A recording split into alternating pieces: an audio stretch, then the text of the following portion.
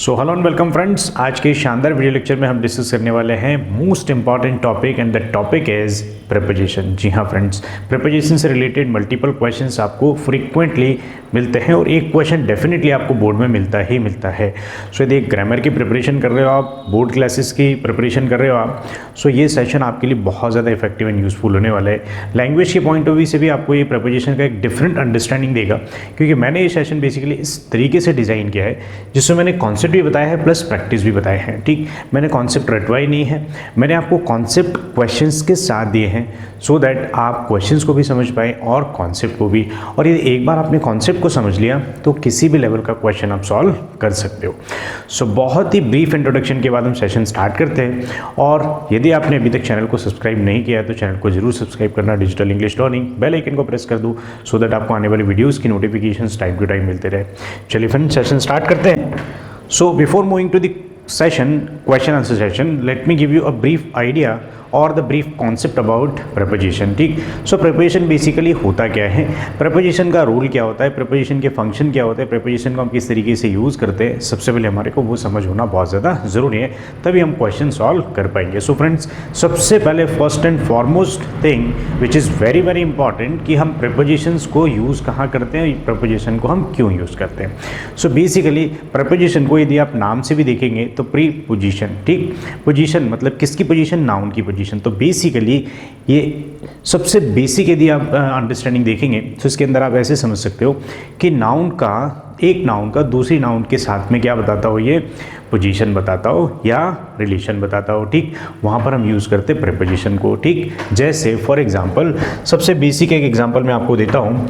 So for example, यदि कोई ये टेबल है, ठीक, अब इसको ऐसे समझना, टेबल के ऊपर यदि कोई एक बुक रखी हुई है, मैं आपको बहुत ही बेसिक एग्जांपल से समझाने की कोशिश कर रहा हूँ। ठीक, फॉर एग्जांपल ये टेबल है, राइट, ड्राइंग उतना अच्छा नहीं है, थोड़ा समझ लेना आप। ठीक, ये हमारा टेबल है और इस टेबल के ऊपर एक ये बुक रखी हुई है। ठीक, सो एक तो हमारे पास क्या हुआ, टेबल, और दूसरी क्या हो गई हमारे पास, बुक।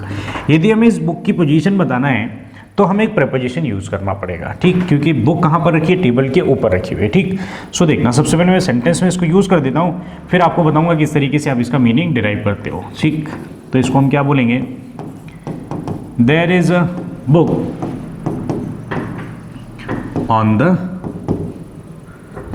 टेबल। अब देखो यहाँ पर हमने एक नाउन देखा तो क्या है, बुक है, और दूसरा नाउन हमारे पास क्या है, टेबल है। सो बुक और टेबल का संबंध बता रहा है बेसिकली प्रीपोजिशन। प्रीपोजिशन क्या है हमारे पास, ऑन। बात समझ आ रही है। सो देखो, ऑन द टेबल मतलब टेबल के ऊपर। बात हम किसकी कर रहे हैं, बुक की। बात क्लियर है। सो इसका इससे संबंध बता रहा है, ये सुनो। तो कैसे हम इनकी पोजीशन को आइडेंटिफाई करेंगे, किनकी पोजीशंस को, नाउन की, ये हमें बताता है क्या, प्रीपोजिशन। सो आई होप आपको प्रीपोजिशन का एकदम बेसिक कॉन्सेप्ट समझ में आया होगा। अब इसके अंदर नंबर ऑफ प्रीपोजिशंस है। ठीक, जैसे हम जो डिस्कस करने वाले हैं उसके अंदर इन होगा, ऑन होगा, है ना, एट होगा, इन के साथ साथ इनटू होगा, ऑन के साथ साथ ऑन टू होगा। ठीक, आफ्टर है आपके पास, ठीक, बिफोर है, ठीक, सिंस है, फॉर है, विथ है, बाय है, of, and there are number of prepositions, right. So जो मोस्ट फ्रीक्वेंटली क्वेश्चंस जिनसे आते रहते हैं ना, मैं उन प्रीपोजिशन का आपको प्रैक्टिस कराने वाला हूँ प्रीवियस ईयर के क्वेश्चंस के साथ। जो इंपॉर्टेंट क्वेश्चंस हैं उन क्वेश्चंस के साथ मैं आपको कॉन्सेप्ट के साथ साथ प्रैक्टिस कराने वाला हूँ। ठीक, तो चलिए फ्रेंड्स, हम क्वेश्चन देखते हैं और क्वेश्चन के साथ साथ हम कॉन्सेप्ट लर्न करने की कोशिश करते हैं। आई होप आपको बेसिक आइडिया जो है प्रीपोजिशन का वो समझ में आ गया होगा। चलिए, मोस्ट इंपॉर्टेंट सेशन है फ्रेंड्स। यदि आपने वीडियो को लाइक नहीं किया तो लाइक कर दो फ्रेंड्स, क्योंकि आपके लिए बहुत मेहनत से कंटेंट बनाता हूँ मैं। ठीक, चलो देखते हैं। पहला क्वेश्चन एकदम सिंपल क्वेश्चन है, कॉन्सेप्ट को समझना सो दैट आपको सारे के सारे सेशन बहुत ही आसान लगेंगे। चलो, फर्स्ट क्वेश्चन क्या है, monkeys climbed dash the tree. अब ये तो बहुत ही सिंपल है, क्लाइम के साथ में बेसिकली दो प्रीपोजिशन यूज हो सकते हैं, climb up and climb down. तो यहाँ पर डाउन है ही नहीं है, यदि डाउन होता तो डाउन भी करेक्ट हो सकता है, और यहाँ पर अप है तो आपका क्लाइंब अप द ट्री। बात समझ आ रही है? इन द ट्री, ट्री के अंदर नहीं, विद द ट्री, ट्री के साथ नहीं, ठीक। सो करेक्ट आंसर क्या होगा अप। लेकिन कंफ्यूज नहीं होना फ्रेंड्स, यदि क्लाइंब के साथ में डाउन यदि प्रीपोजिशन गिवन है और अप नहीं दिया हुआ है, so climb down is also correct. Climb up is tree के ऊपर चढ़ना, ठीक। जैसे फॉर एग्जाम्पल ये कोई ट्री है ना, इसके ऊपर जो मंकी है भाई साहब हमारे, वो क्या है, चढ़ रहे हैं, तो यहाँ पर हम क्लाइंब अप यूज़ करेंगे। लेकिन यही भाई साहब जब नीचे उतर रहे होंगे तो डायरेक्शन नीचे की तरफ है, तो हम क्या यूज़ करेंगे, क्लाइंब डाउन। बात क्लियर है? इस तरीके से फ्रेंड्स कॉन्सेप्ट को समझते चलना, कभी गलत नहीं होगा, रटना नहीं है कि climb up, no, climb up भी करेक्ट है, क्लाइंब डाउन भी करेक्ट है। चलिए, डिपेंड करता है आपको ऑप्शंस क्या क्या मिले हैं। नेक्स्ट क्वेश्चन देखते हैं। The boy jumped dash the river. अब देखो यहाँ पर इन द रिवर भी आपको लगता है, ऑफ द रिवर भी और इनटू रिवर भी, ठीक। अब देखो कॉन्सेप्चुअली समझना, सबसे पहले हम आंसर देख लेते हैं। सो मेजॉरिटी ऑफ द स्टूडेंट्स क्या गलत करते हैं, इन द रिवर लिखाते हैं, विच इज इनकरेक्ट, ठीक। सो करेक्ट आंसर क्या हो जाएगा फ्रेंड्स, यहाँ पर इनटू। अब यहाँ पर इन क्यों नहीं है और इनटू क्यों है, ये आपको समझना बहुत ज़्यादा ज़रूरी है। So the boy jumped into the river is the correct answer. बात क्लियर? अब कैसे, तो देखो फॉर एग्जाम्पल ये कोई रिवर है जिसके अंदर पानी बह रहा है, ठीक। अभी लड़का जो है ये कूद गया, कहाँ से कूदा है, बाहर से, और नदी के अंदर कूद गया, ठीक। सो देखो यहाँ पर क्या हो रहा है, मोशन हो रहा है, और दूसरा मीडियम भी चेंज हो रहा है। सो मोशन के साथ जब मीडियम चेंज होता है तो वहां पर बेटा हम प्रीपोजिशन कौन सा यूज करते हैं, इनटू का। बात समझ आ रही है? दो तरीके से क्वेश्चन पूछते हैं बोर्ड में, कॉम्पिटिटिव लेवल पे जाएंगे तो और ज़्यादा डिफरेंट है, ठीक। बट बोर्ड के पॉइंट ऑफ व्यू से देखोगे आप, सो आपको इन की जगह इनटू यूज़ करना है। यहाँ पर क्या कि आपको मोशन के साथ मीडियम चेंज हो रहा है। अब मोशन मतलब वो गति कूद रहा है, राइट, एक तो ये, दूसरा मीडियम कैसे चेंज हो रहा है, सो वो एयर से कहाँ पर जा रहा है, लिक्विड में, या वाटर बोल दो आप। सो एयर से वाटर मतलब उसका मीडियम चेंज हुआ, और मोशन के साथ जब मीडियम चेंज होगा वहां पर हम प्रीपोजिशन जो यूज करते हैं वो क्या होता है बेटा, into, right. So into is the correct answer. आपको लॉजिक कॉन्सेप्ट समझ में आना चाहिए। इस तरीके से आप कॉन्सेप्ट समझते चलोगे सो आपसे कभी भी बोर्ड में गलतियां नहीं होगी। चलो, let's move to the next question. So next question क्या हो जाएगा, I am afraid dash rats. Afraid is what? डर, fear, ठीक। तो देखो एक चीज समझना, यहां पर आपको दो ऑफ दिए हैं, ऑफ भी है, ओ डबल एफ ऑफ भी है, और टू भी है। सो ज्यादातर स्टूडेंट्स यहां पर टू कराते हैं, विच इज इनकरेक्ट, ठीक। सो अफ्रेड के साथ एक फिक्स प्रीपोजिशन लगता है, and that preposition is of. So I am afraid of rats, ठीक। मुझे रैट्स से क्या लगता है, डर लगता है, ठीक। ओ डबल एफ ऑफ कहाँ यूज होता है, सो हम स्विच ऑफ करते हैं, राइट। ऑफ टू समवेयर, कहीं पर आप जाते हो तो सोशल मीडिया प्लेटफॉर्म्स पर आप स्टेटस चेप देते हो, क्या, I am off to Mumbai, off O double F, ठीक। मतलब आप निकल चुके हो किधर के लिए, मुंबई के लिए। बात समझ आ रही है? सो ओ डबल एफ नहीं होगा यहाँ पर। यहाँ पर करेक्ट आंसर क्या होगा बेटा, ओ एफ ऑफ, ठीक। ये वाला प्रीपोजिशन, ये तीन दोनों इनकरेक्ट हो जाएंगे, and O F of is correct. So I am afraid of reds. So कुछ फिक्स प्रीपोजिशन होते हैं, इनको आपको याद रखना पड़ेगा, ठीक। चलो, सो अफ्रेड के साथ में क्या प्रीपोजिशन यूज करोगे आप, of. Let's move to the question number 4। I shall go dash 2 hours। अब देखो यहाँ पर ऑप्शंस क्या दिए आपको, आफ्टर, सिंस और टिल, ठीक। सो टिल तो पॉसिबल ही नहीं है, आफ्टर और सिंस में आपको कभी कभी डाउट होता है, क्योंकि 2 hour को आप लर्न करते हो परफेक्ट कंटिन्यूस टेंस में, present perfect continuous tense, past perfect continuous tense and future perfect continuous tense में सिंस और फॉर का जो आप फॉर्मेशन देखते हो, तो उसके बाद में आप 2 hour, 2 days, मॉर्निंग, इवनिंग वहाँ पर देखते हो। सो यहाँ पर कन्फ्यूज होने के चांसेस बनते हैं, लेकिन यहाँ पर ये नहीं होगा सिंस। यहाँ पर करेक्ट आंसर क्या होगा बेटा, आफ्टर। क्यों, आप सेंटेंस पढ़ो, आई शैल गो आफ्टर 2 hours, मैं 2 घंटे बाद जाऊंगा। बात क्लियर? चलो नेक्स्ट क्वेश्चन की तरफ मूव करते हैं फटाफट। और देखो ये most important, most expected questions हैं, इनसे रिलेटेड क्वेश्चन आपको बोर्ड में मिलता है, इसलिए सारे क्वेश्चंस देखकर जाना, सारे क्वेश्चंस के कॉन्सेप्ट देखकर जाना, क्योंकि क्वेश्चन चेंज हो सकते हैं, कॉन्सेप्ट चेंज नहीं होंगे, ठीक। सो एक बार आपने कॉन्सेप्ट समझ लिया तो क्वेश्चंस किसी भी लेवल का हो आप सॉल्व कर सकते हो। जैसे अभी रिसेंटली आप बोर्ड एग्जाम के बाद CUET का एग्जाम दोगे, SSC बैंकिंग का प्रिपरेशन करोगे, these sessions will help you, सभी जगह हेल्प करेंगे। क्यों? क्योंकि मैं आपको दे रहा हूँ कॉन्सेप्ट, सिर्फ क्वेश्चंस नहीं करा रहा हूँ, क्वेश्चंस के साथ साथ मैं आपको दे रहा हूँ कॉन्सेप्ट, राइट। चलिए आगे देखते हैं फ्रेंड्स।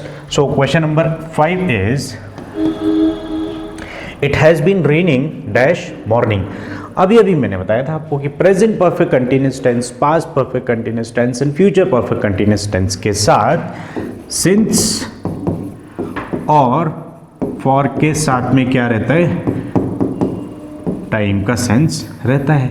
अब यहाँ पर स्टूडेंट्स को ज़्यादातर कन्फ्यूजन क्या होता है कि सर हम सिंस को कहाँ पर यूज़ करेंगे एंड फॉर को कहाँ पर यूज़ करेंगे। सो सबसे पहले मैं आपको सिंस और फॉर का कॉन्सेप्ट बता देता हूँ, ठीक। कॉन्सेप्ट बताने के बाद आंसर तो आप यूँ निकाल लो कि चुटकियों में, हलवा पूरी कॉन्सेप्ट है, हलवा पूरी कॉन्सेप्ट, ठीक। चलो देखो बेटा, अब ये सिंस को कहाँ यूज़ करते हैं हम और फॉर को कहाँ यूज़ करते हैं। यदि आपने इन दोनों को समझ लिया सो मल्टीपल क्वेश्चंस आप खुद से भर लोगे, ठीक। चलो सिंस कहाँ यूज़ होता है बेटा? तो ये होता है बेसिकली पॉइंट ऑफ टाइम, एक टर्म आप याद कर लो, या फिर एक स्पेसिफिक टाइम जहाँ से कोई इवेंट स्टार्ट हुआ है, ठीक। जब कोई काम स्टार्ट हुआ है एक पर्टिकुलर पॉइंट से या एक पर्टिकुलर स्पेसिफिक टाइम से। जैसे फॉर एग्जांपल मैंने 2007 से इंग्लिश पढ़ाना स्टार्ट किया है, so 2007 is what? Point of time. I have been teaching English since 2007, 2007 से, ठीक। बात समझ आ रही है? ये स्पेसिफिक टाइम हुआ। अब फॉर का यूज़ कहाँ करेंगे? सो यहाँ पर मैंने आपको टर्म दिया है, कौन सा? Point of time. फॉर को आप कनेक्ट करना है किसके साथ? पीरियड ऑफ टाइम के साथ। अब ये पीरियड ऑफ टाइम क्या होता है सर? तो इसको आप बोल सकते हो टेन्योर, ठीक। जैसे फॉर एग्जांपल एक फिक्स टाइम आपने दे दिया, कितना? 2 आवर, 2 डेज, 3 आवर्स, ठीक। यहां पर आप क्या यूज करोगे? फॉर का। क्यों? क्योंकि ये फिक्स टाइम है, एक पीरियड ऑफ टाइम है, एक टेन्योर है, ठीक। एक अवधि बताई आपने, ठीक। इसको हिंदी में यदि देखेंगे सो आपने क्या बताई? अवधि बताई, ठीक। तो वहां पर आप यूज करते हो क्या बेटा? फॉर का। और सिंस आप क्या कहाँ यूज करोगे? जहां पर आप स्पेसिफिक टाइम या पॉइंट ऑफ टाइम से जहां से आपने इवेंट को स्टार्ट किया है। बात क्लियर है? सिंस और फॉर से रिलेटेड कोई डाउट नहीं? चलो क्वेश्चन पे आ जाते हैं। तो ये क्वेश्चन क्या बोल रहा है? It has been raining dash morning. अब मॉर्निंग मतलब सुबह से, सुबह मतलब स्पेसिफिक टाइम है, राइट। सुबह से स्टार्ट हुआ है, सो सुबह से तो हम क्या यूज़ करेंगे बेटा यहाँ पर? सिंस। अरे यहाँ तो एलिमिनेशन मेथड भी लगा सकते हो आप, दूसरी मेथड से भी काम कर सकते हो। यदि आपको ये कॉन्सेप्ट नहीं भी बताए तो भी मैं आपको एक दूसरा तरीका बताऊँ। पहले कॉन्सेप्चुअली आपने देख लिया, कॉन्सेप्चुअली करेक्ट आंसर क्या है आपके पास? सिंस, ठीक। चलो अब जिनको कॉन्सेप्ट नहीं भी पता है फिर भी ये क्वेश्चन आ जाता है, सो एलिमिनेशन मेथड से लगा दो आप। टिल यहाँ पर होगा क्या? नहीं। अप होगा क्या? नहीं। सिंस होगा ही होगा। क्यों? क्योंकि यहाँ पर आप देखो ये क्या है? Has been. अब देखो मैं आपको बताता हूँ, हैज़ बीन प्लस वर्ब में आईएनजी हो, हैड बीन प्लस वर्ब में आईएनजी हो, हैव बीन प्लस वर्ब में आईएनजी हो, will have been plus verb में आईएनजी हो। इन सभी के साथ आपको या तो सिंस लगेगा या फिर फॉर लगेगा, ये बात याद रखना। और सिंस कहाँ लगेगा, फॉर कहाँ लगेगा, वो कॉन्सेप्ट जस्ट मैंने अभी बताया आपको। बात क्लियर है? इस तरीके से फ्रेंड्स कॉन्सेप्ट समझते चलो, क्वेश्चंस करते चलो, मजे आ जाएंगे। Next question, question number 6 is we are dependent dash our parents, ठीक। सो हम डिपेंडेंट हैं कि इनके ऊपर, हमारे पेरेंट्स के ऊपर। तो ये तो बहुत ही सिंपल है, क्या हो जाएगा? On. In is incorrect, by is incorrect, ठीक। So we are dependent on our parents, इसको समझने की जरूरत ही नहीं है। चलो सिंपल, कुछ तो हलवाई सा क्वेश्चन दिए हुए इसमें, ठीक। My friend lives dash New Delhi. अब देखो यहाँ पर ये जो टेंस है कौन सा है? माई फ्रेंड क्या हुआ हमारा? सब्जेक्ट। लिव्स क्या हुआ? वर्ब में एस या E S, and then object. तो ये हमारा टेंस कौन सा हुआ फ्रेंड्स? प्रेजेंट सिंपल टेंस, ठीक। प्रेजेंट सिंपल टेंस में आप सिंस फॉर का यूज करते हो क्या? नहीं। आप यूज क्या करोगे यहाँ पर? My friend lives in Delhi, ठीक। अब इन दिल्ली क्यों करेक्ट है, एट दिल्ली क्यों नहीं किया आपने, इनटू क्यों नहीं किया, ऑन क्यों नहीं किया। ऑन मतलब ऊपर, दिल्ली के ऊपर बसाओगे क्या उसको, दिल्ली के ऊपर रहता है, नहीं, ठीक। So on is incorrect. Into मैंने अभी भी बताया था, मोशन के साथ मीडियम चेंज होता है तब हम इनटू का यूज करते हैं। एट एक स्पेसिफिक, एट को हम कहाँ यूज करते हैं, एक स्पेसिफिक प्लेस के लिए, जैसे at the railway station, at the door, ठीक, एट द हॉस्पिटल, ऐसा। सो यहाँ पर क्या है, इन एक बिगर प्लेस है, बिगर प्लेस है इसलिए हम यहाँ दिल्ली के पहले क्या यूज करेंगे बेटा, इन का। So the correct answer is my friend lives in New Delhi. बात समझ आ रही है। अब देखो न्यू दिल्ली पे फॉर एग्जांपल कोई ग्रीन पार्क पे रहता है, ग्रीन पार्क न्यू दिल्ली का एक एरिया है, ठीक। चलो सो यहाँ पर यदि आपको दो ऑप्शंस आते हैं तब आपको इन का भी यूज करना पड़ेगा और एट का भी यूज करना पड़ेगा। किस तरीके से करेंगे, let me introduce. So my friend lives dash Green Park dash New Delhi. अब इस तरीके से यदि आपको क्वेश्चन आता है सो कैसे आप आंसर मैनेज करोगे। सो ग्रीन पार्क और दिल्ली इन दोनों को यदि रिलेटिवली देखोगे, कंपैरेटिवली देखोगे, सो ग्रीन पार्क छोटा एरिया है, जीपी लिख दे रहा हूं मैं ग्रीन पार्क को, ठीक। और दिल्ली क्या है, बड़ा एरिया है, right. So green park is part of Delhi, ठीक। सो जो छोटा प्लेस है, छोटे प्लेस के पहले आप क्या यूज करते हो बेटा, एट का, और बड़े प्लेस के पहले आप क्या यूज करते हो बेटा, इन का। सो ग्रीन पार्क के साथ में क्या कर दोगे आप, एट, और दिल्ली के साथ में क्या कर दोगे आप, in. So my friend lives at Green Park in New Delhi. बात समझ आ रही है आपको। तो छोटे प्लेस के पहले आप एट का यूज करते हो, बड़े प्लेस के पहले आप इन का यूज करते हो। इन और एट के दोनों कॉन्सेप्ट मैंने आपको बता दिए, ठीक। ऑन का सबसे पहले ही बता दिया था। चलिए आगे देखते हैं। सो यहाँ पर करेक्ट आंसर क्या हो जाएगा, my friend lives in New Delhi, ठीक। चलिए question number 8 is Indian youth is full dash hope for the bright future of the country. So ये तो बहुत ही सिंपल है, फुल ऑफ। सो यहाँ पर करेक्ट आंसर क्या हो जाएगा, फुल ऑफ। फॉर भी नहीं, एट भी नहीं, ऑन भी नहीं, ठीक। चलो फटाफट देखते हैं next question.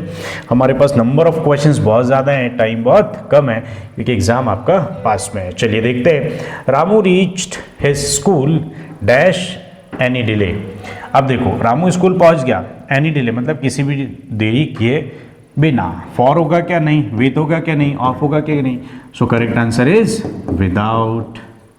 So Ramu reached his school without any delay. So submit your assignment without any delay. आपने बोर्ड के असाइनमेंट सबमिट किए होंगे सारे सब्जेक्ट्स के, तो वहाँ पर आपने नोटिस मिला होगा आपको स्कूल की तरफ से, जो इंग्लिश टीचर ने नोटिस लिखा होगा वो डेफिनेटली इंग्लिश में लिखा होगा। इस तरीके से you should submit your assignment without any failure और विदाउट एनी डिले, ठीक। सो स्पेसिफिक टाइम दे देते, उस टाइम पे आपको असाइनमेंट सबमिट करने होते हैं। सो यहाँ पर करेक्ट आंसर क्या हो जाएगा, without. Let's move to the question number 10। He is suffering dash fever. अब ये तो आप बचपन से एप्लीकेशन लिख कर आ रहे हो, ठीक। बीमार नहीं भी होते, फीवर नहीं भी होता है, तो भी एक एप्लीकेशन रटी होती है ना। किसको, एप्लीकेशन किसके लिए, प्रिंसिपल को। तो सब्जेक्ट क्या लिखते हैं, so I am suffering from fever. नहीं, सब्जेक्ट में तो क्या लिखते हैं, 2 days लीव। और बुखार नहीं भी होता तब भी क्या लिख देते, सफरिंग फ्रॉम फीवर, ठीक। सो यहाँ पर बेसिकली आपको सोचने की ज़रूरत है क्या, नहीं है। सो करेक्ट आंसर क्या लिख दोगे, फ्रॉम। ये तो एक्सप्लेन करने की ज़रूरत ही नहीं, बचपन से लर्न करते आ रहे हो ये तो आप, ठीक। चलिए नेक्स्ट क्वेश्चन देखते हैं। Question number 11 is she is good dash mathematics, ठीक। सो यहाँ पर क्या होगा फ्रेंड्स, किसी भी सब्जेक्ट में कोई भी आता है तो वहाँ पर आप क्या यूज़ करते हो बेटा, एट का। He is good at mathematics. वो मैथमेटिक्स में कैसा है, अच्छा है, ठीक। नहीं, अच्छी है शी, ठीक। चलिए नेक्स्ट क्वेश्चन देखते हैं। So question number 12 is he has been ill dash Monday. अब has been, have been, had been, will have been, अब ये भी बताया था मैंने। तो वहाँ क्या होगा, सिंस या फॉर। अब सिंस और फॉर कहाँ डिसाइड करोगे, फॉर लगेगा या सिंस, ऑफ तो फ्रॉम तो लगेगा ही नहीं। सो सिंस और फॉर में आपको थोड़ा सा डाउट है, इस डाउट को हम क्लियरिटी में कन्वर्ट कर देते। कैसे, सो मंडे क्या है बेटा, एक स्पेसिफिक टाइम है, यस और नो। और स्पेसिफिक टाइम के लिए अभी तो मैंने बताया था आपको क्या यूज़ करोगे आप, सिंस का, क्योंकि फॉर आप क्या यूज़ कहाँ यूज़ करते हो, पीरियड ऑफ टाइम के लिए, टेन्योर के लिए। बात समझ आ रही है? चलिए let's move to the next question and question number 13 is the girls have been playing football dash 2 hours। अब देखो अभी मैंने बताया था आपको has been, have been, will have been, had been. तो यहाँ पर क्या है फ्रेंड्स, हैव बीन है ना, यहाँ पर क्या हैव बीन, ठीक। सो गर्ल्स है, प्लूरल है, subject plus has have been, ठीक। सो यहाँ पर क्या आ गया, हैव बीन।